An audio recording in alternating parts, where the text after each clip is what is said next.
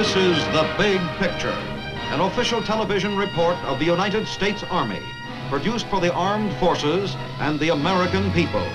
Now, to show you part of the big picture, here is Master Sergeant Stuart Quain. Throughout history, nations have sought through treaties and alliances with other nations to maintain their security and remain free from attack. But not until the 20th century did the concept of national security become worldwide in its scope. World Wars I and II and the Korean conflict proved beyond any doubt that when one free nation anywhere is threatened by aggression, the safety of all free nations is ultimately at stake. Today, the United States, keenly aware of its strategic role as a leader in the free world, has allied itself with other nations, dedicated to the preservation of peace and the welfare of mankind. Our big picture cameras today focus on one of the most important of these alliances. As our guest narrator, the distinguished news analyst Edward R. Murrow tells the story behind NATO, the North Atlantic Treaty Organization. This is the Palais de Chaillot in Paris, headquarters of the North Atlantic Treaty Organization. To this building come ministers from 15 nations of the Atlantic community.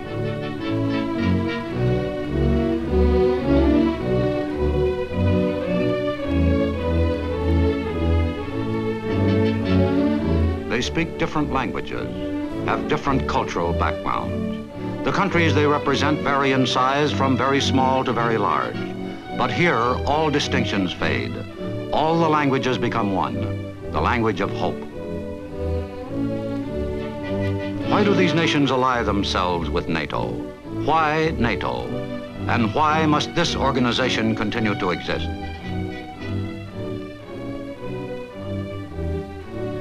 Let's go back to the beginning of the story. In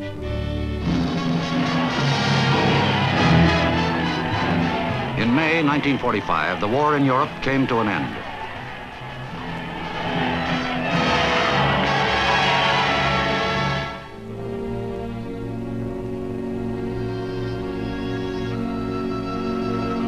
This had been the price of Europe's unpreparedness. But in May 1945, our hard-won peace seemed at last secure. A few days before, Allied forces from the West had joined hands with the Russians from the East. Their statesmen had met cordially at Yalta and at Potsdam. They had agreed that the countries they had occupied should be truly liberated and that freely elected governments should be set up as soon as possible. Within a few months, the countries of Western Europe and Scandinavia were free and independent. But for the countries occupied by Russia, Stalin had other ideas. Throughout Eastern Europe, elections were held. But the Russians had placed the communists in key government positions and in the secret police. Within a short time, the non-communist leaders had been liquidated. Russia had swallowed up 8 European countries without firing another shot, other than those of the execution squads. Great Britain and the United States protested that these countries had been coerced by threat of force and that Russia had broken her treaty. But Russia ignored the protests.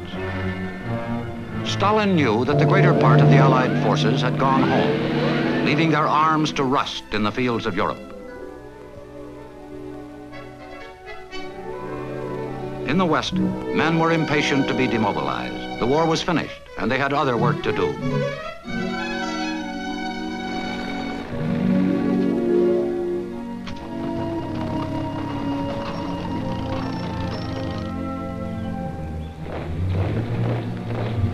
But the Russians had not demobilized. They retained overwhelmingly the largest force in Europe.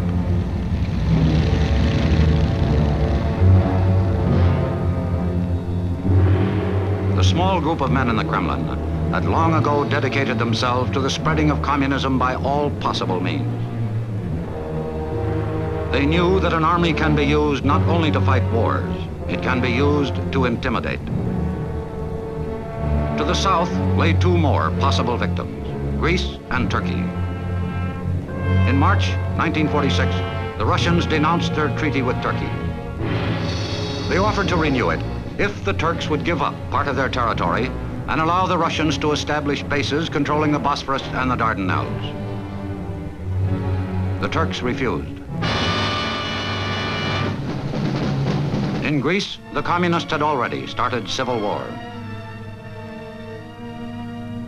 Russia was sending arms to them through the neighboring satellite states to bring bitterness, despair, and death to the Greek people.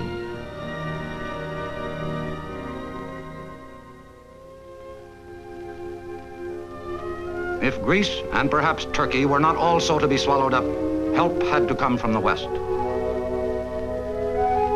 At this crisis, in March 1947, President Truman asked the United States Congress in an historic speech to modify its traditional policy of neutrality. I believe that it must be the policy of the United States to support free peoples who are resisting attempted subjugation by armed minorities or by outside pressures.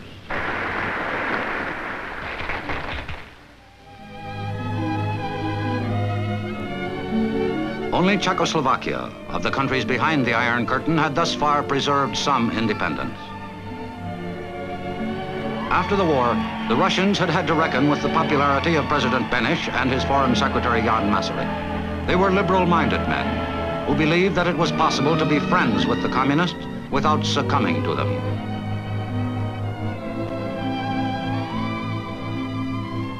But to the communists, gentleness is weakness. And a country prepared to compromise is a weak country. The machinery for taking over countries had now been perfected. The coup in Czechoslovakia was swifter and more efficient than ever before. Within a week, all opposition was suppressed. There was another victory to celebrate, another victory over freedom.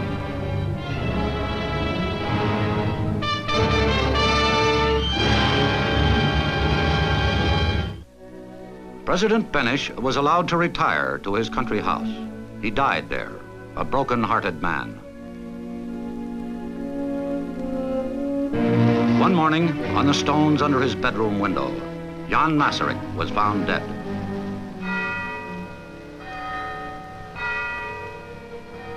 Truth had ceased to come out of Czechoslovakia.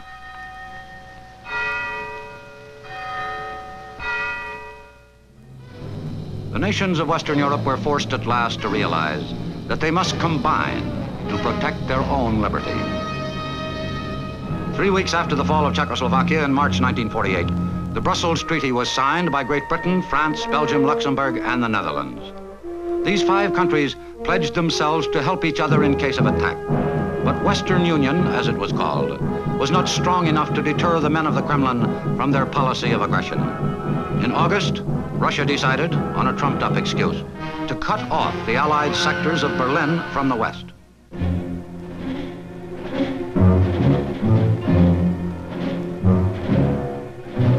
Trains, barges, and road transports were stopped.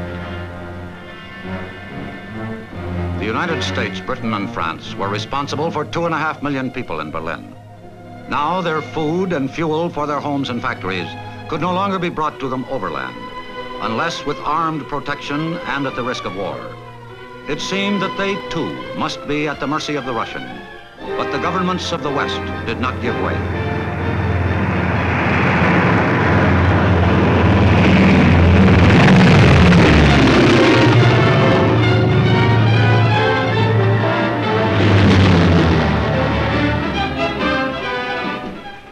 The life of Western Berlin was maintained by air on a scale never before contemplated in history. Each day, the prestige of the West rose.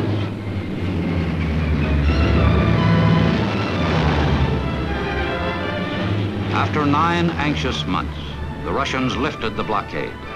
The policy of standing firm had been vindicated.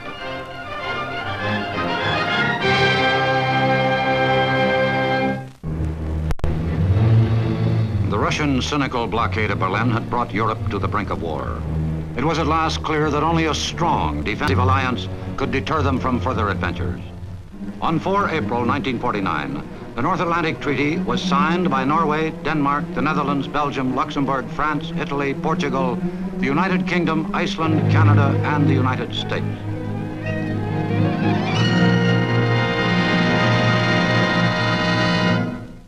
This union of 12 nations became known as the North Atlantic Treaty Organization, or more simply, NATO.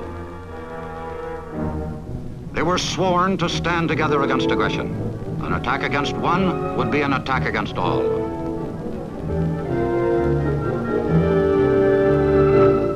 Although the treaty was carefully designed to keep within the letter and spirit of the United Nations Charter, Soviet Russia claimed that it was an attempt at world domination.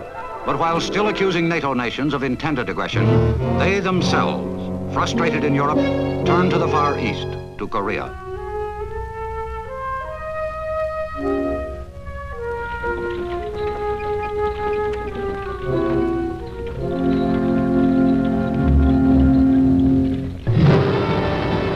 The United Nations sent an army to Korea under a single command to hold the aggressors at bay. It was almost too late. The lesson for Europe was clear. In December 1950, the North Atlantic Council decided to give to a single commander, General Eisenhower, sufficient authority to organize, equip, and train an integrated NATO force for the defense of Europe. The task before him was unprecedented.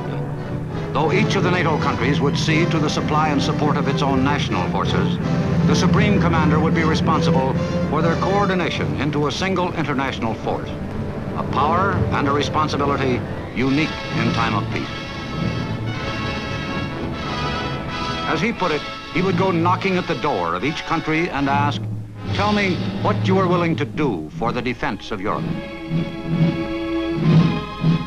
His first call was France, where his new headquarters would be situated.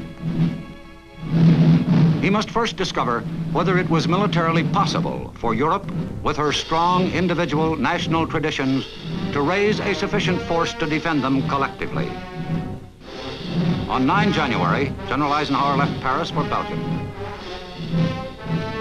12 nations, with 8 different languages and 12 different traditions and ways of life. Of each of them, he could ask similar questions. 10 January, the Netherlands. You were hard hit by the war. What can you now do for NATO? 11 January, Denmark. For many years, you have maintained a traditional neutrality. How many divisions are you prepared to train?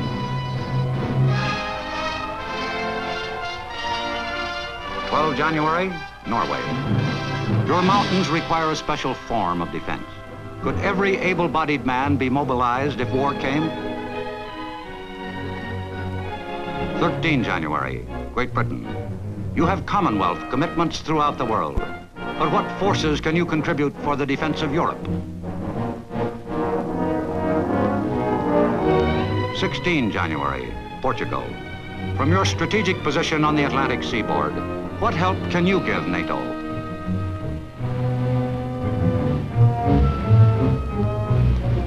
18 January, Italy.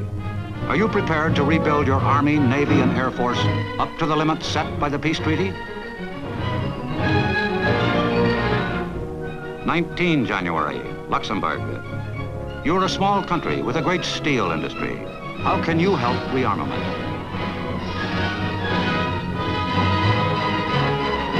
24 January, Iceland. We know that you have no armed forces, but what contribution can you make for the common defense of the West? 26 January, Canada. Europe is grateful for the arms you are already supplying. What forces are you prepared to send across the Atlantic? In Paris, a hotel had been hastily found as a temporary home for the new Supreme Headquarters Allied Powers Europe, SHAPE.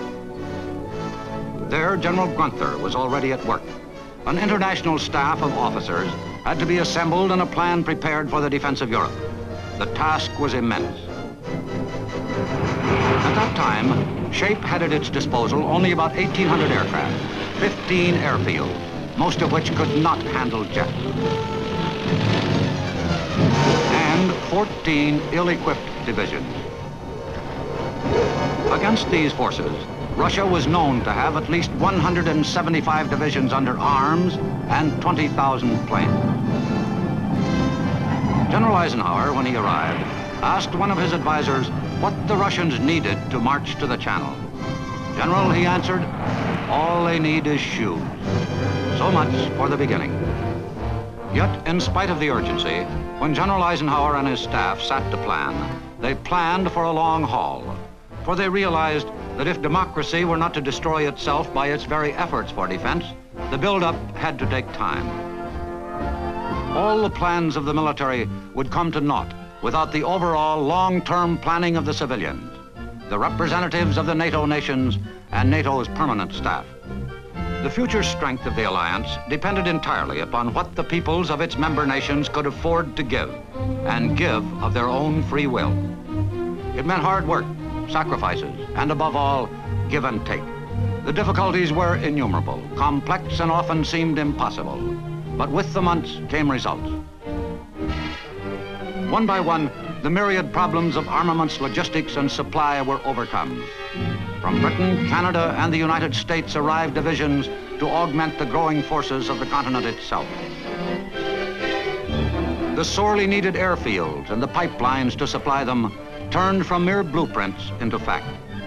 Soon, for SHAPE, its temporary hotel home gave way to a new headquarters, where officers and men of the NATO nations worked together smoothly, regardless of differences of language, temperament, and rates of pay. Soon, to the 12 flags of the founding nations, more were added. Greece,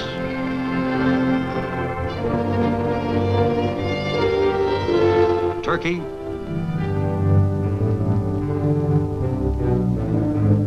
and in May 1955, the Federal Republic of Western Germany. New allies that brought new strength to NATO. As time passed, servants for the alliance came and went, handing on, taking over. The long haul was punctuated with welcomes and farewells. Eisenhower to Ridgway, Ridgway to Gunther, Gunther to Norstadt. But because an ideal is stronger than any individual, though the faces changed, the work drove on. It was in the field that results counted, and it was in the field that they were realized. At each successive meeting, the ministers of the NATO nations could report further progress and a steadily growing unity within the alliance. Thanks to the cooperation of 15 nations, what had once been merely a document with signatures was becoming the Atlantic Alliance in fact and in strength.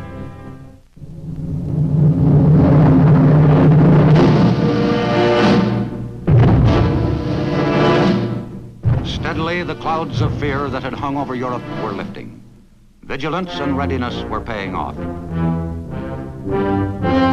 Surprise and disunity amongst his victims, the strongest weapons in any aggressor's arsenal, were no longer available to him. Each day found NATO stronger, more prepared, and more confident.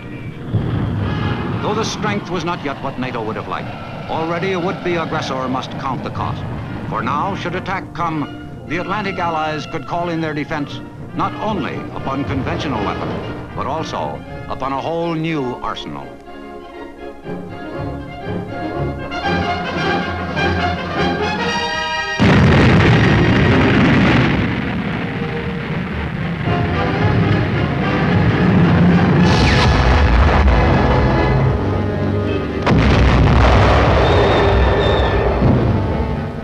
Yes, now to a would-be aggressor, the cost loomed large indeed. Now they would need far more than shoes. NATO's strength was such that by 1955, West could meet East at Geneva on equal terms. Though any promise of real relief was soon to be dashed. This was Hungary in 1956.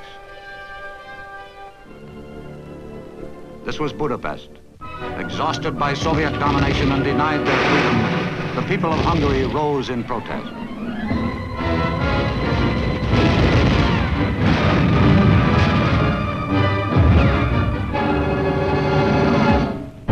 But without allies, heroism is not enough. This could be us. This is why NATO had to exist.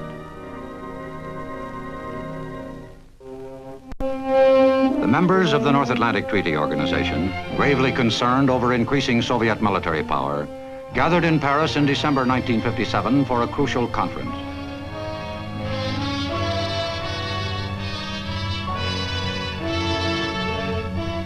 From the United States came President Dwight David Eisenhower, whose presence at this critical time gave the nations of Western Europe new hope.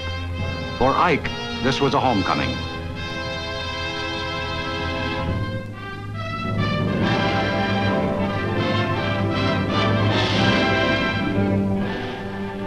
At the headquarters of SHAPE, the military arm of NATO, located outside Paris, the former commander of the North Atlantic Military Forces, now president of one of NATO's most powerful member nations, declared his mission before the large crowd which had gathered to greet him.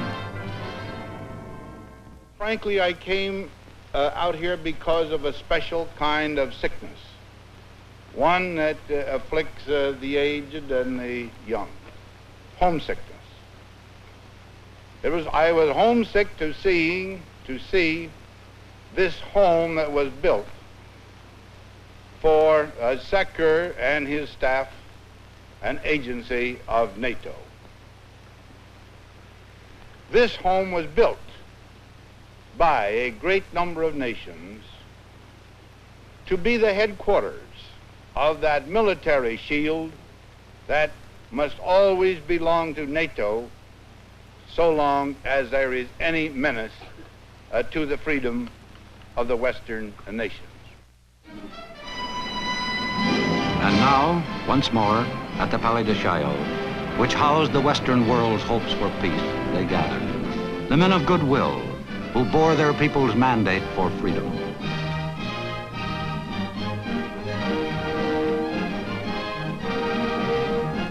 This was the first NATO meeting attended by the heads of the 15 member states. This was a summit conference calling for highest level consultation. Basically, two critical tasks had to be accomplished: to shore up NATO and to counteract an intensified Soviet propaganda offensive.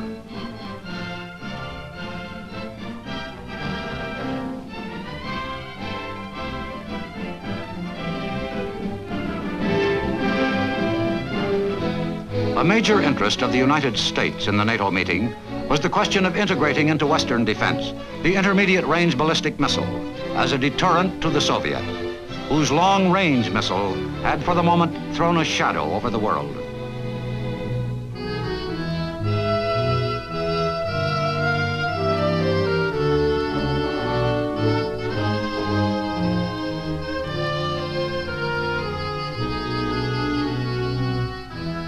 The 15 heads of states attending this vital NATO meeting represented 450 million people, whose lands covered a total of almost 8 million square miles of the Earth's surface. Differences were to be expected, but on one point there was complete agreement: the core of the NATO partnership. An attack against one was an attack against all. In order to live in peace together, all were resolved to defend themselves together if necessary. Many of the nations of Western Europe felt that political, not military action was the answer to the latest Soviet threats. Others believed that NATO should be interested as well in broader problems and looked to the United States for support of their national positions.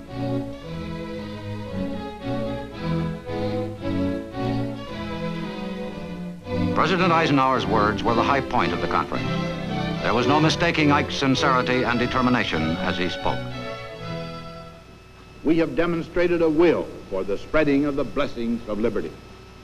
Within the last 15 years, our nations have freely granted political independence to 20 countries with populations totaling 800 million people. Within our societies, we manifest so that all can see the good fruits of freedom. Those fruits do not consist of materialistic monuments, which despots have always been able to exhibit. They consist of providing the simple things all men want. The opportunity to think and worship as their conscience and reason dictate. To live in their homes without fear. To draw together in the intimacies of family life. To work in congenial tasks of their own choice. And to enjoy the fruits of their labor. These are the most precious manifestations of freedom. And we have the collective power to defend and spread that freedom. Freedom has not failed us. Surely we shall not fail freedom. Perhaps the chief result of this summit meeting was the expansion of NATO into a broader, more realistic alliance, in keeping with the ever-increasing complexity of problems facing it. A special responsibility rested on these representatives of the Atlantic community. Within their lands, freedom first had its birth. Within their borders lay 3/4 of the world's institutions of higher learning, and the title, deeds, and monuments of Western culture and civilization. To the men who met at this summit conference of NATO, there was no doubt that the North Atlantic Treaty Organization must continue stronger than ever. For the existence of NATO is an assurance that each new dawn breaks over our family of nations at peace, over the countryside, cities, and homes of a community of peace-loving peoples, over London and Liverpool, Paris and Marseille, New York and San Francisco, Montreal and Vancouver, over Athens, Istanbul, Rome, Lisbon, and Reykjavik, over Antwerp, Bonn, and Luxembourg. A bond welding the old world and the new. An assurance that 450 million people remain free to live their lives as they wish to live them. To protect and preserve by vigilance and readiness. These are the aims of the Atlantic Alliance. An alliance for peace. Today on The Big Picture, you have heard the distinguished news analyst Edward R. Murrow tell the story of NATO, the North Atlantic Treaty Organization. The United States, as a founding member of this vital international body, has demonstrated to the world the importance we place on the closest association between the members of the Atlantic community. Now, this is Sergeant Stuart Queen, your host for The Big Picture. The Big Picture is an official television report for the armed forces and the American people. Produced by the Army Pictorial Center. Presented by the United States Army in cooperation with this station.